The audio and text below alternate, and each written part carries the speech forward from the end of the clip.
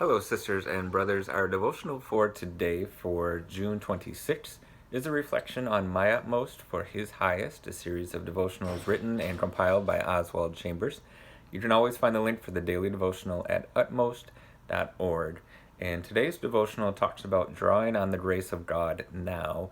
And for that, we turn to 2 Corinthians chapter 6. I'm going to read the first two verses of that chapter.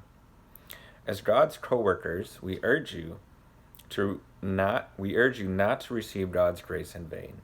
For he says, "In the time of my favor I heard you, and in the day of salvation I helped you." I tell you, now is the time of God's favor. Now is the day of salvation.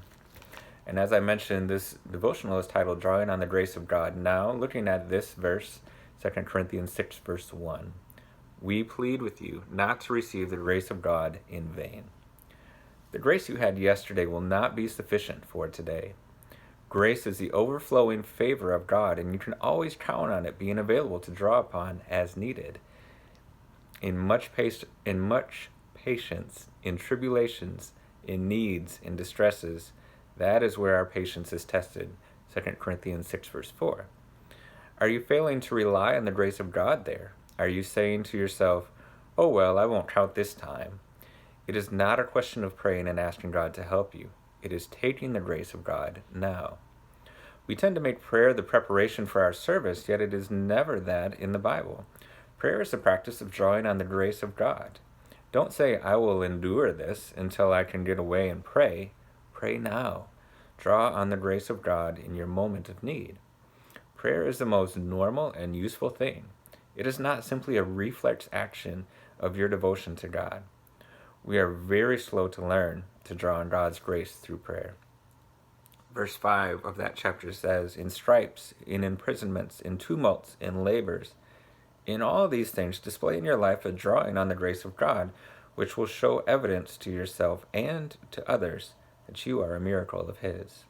Draw on His grace now, not later. The primary word in the spiritual vocabulary is now.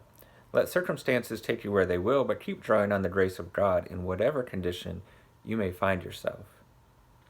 One of the greatest proofs that you are drawing on the grace of God is that you can be totally humiliated before others without displaying even the slightest trace of anything but His grace. Having nothing. Never hold anything in reserve. Pour yourself out, giving the best that you have, and always be poor. Never be diplomatic and careful with the treasure God gives you, and yet possessing all things. This is poverty triumphant. 2 Corinthians 6, verse 10. So as we think about what it means to draw on God's grace now, we have to think back on the story of the Israelites when they're wandering the desert. And God promised to provide them a daily manna.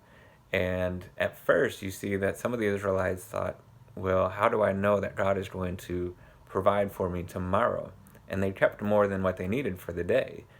But then when they woke up, what they had kept was spoiled and rotten, except for on the Sabbath. In preparation for the Sabbath, they were told to gather twice as much because there would be none on the Sabbath, but God would provide for that.